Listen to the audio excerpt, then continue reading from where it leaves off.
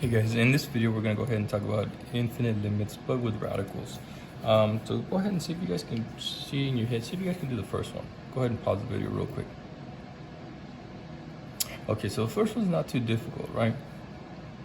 If you do it the shortcut, you know that the square root of x squared is absolute value of x, right? And the square root of 9 is going to give you 3. Remember that infinite limits, we don't have to worry about the minus 2 here. And then on the bottom we have 2x, right?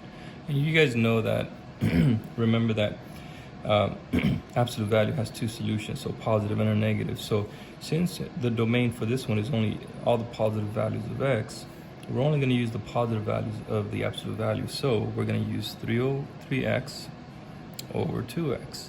So this ends up becoming positive 3 over 2. And that's the answer for that one. Now, where students get confused is where they get to something like this, right? And actually, believe it or not, the answer to this one is still going to be also positive. Now, I want to show you guys something.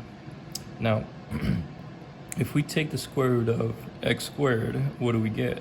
Well, you're going to say, you're going to get x, right? Well, if I put a negative 1 in here, right? If I put a negative 1 in here, I'm going to get a positive 1. If I put a negative 1 here, well, that's not going to be positive 1. These are not going to be the same. So you have to add absolute value, right? Now let's go ahead and do it again. Let's say we do the square root of x squared to the fourth, right? That becomes x to the second. Now here, if I put a negative 1 here, right, it becomes positive 1. If I put a negative 1 here, it still becomes positive 1. So here, I don't need the absolute value, okay? It's always going to be positive. So over here, the square root of 16 is 4. The square root of x to the fourth, that's going to be x squared.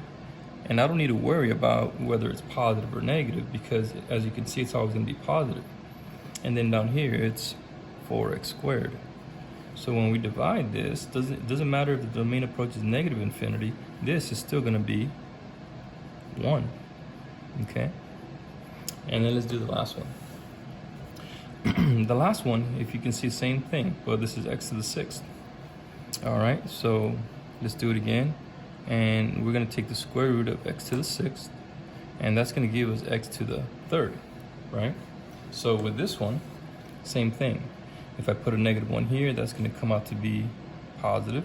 If I put a negative 1 here, that's going to become negative 1. So I need to add absolute value. And when I have absolute value, I have those two solutions, which I need to be careful with.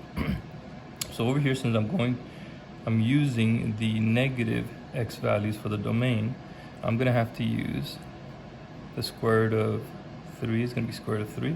X to the 6 is going to become, I'll do it along with absolute value of x cubed. On the bottom, I have 2x cubed that I'm just going to look at. Because of the absolute value, I'm going to take the negative square root of 3 x over, x cubed over 2x cubed. Right, the x cubes are going to simplify out, and my answer is going to be square root of 3 over, or negative square root of 3 over 2.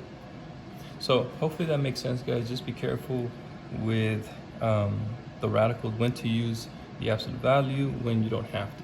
All right, guys? Good luck. We'll see you guys next time.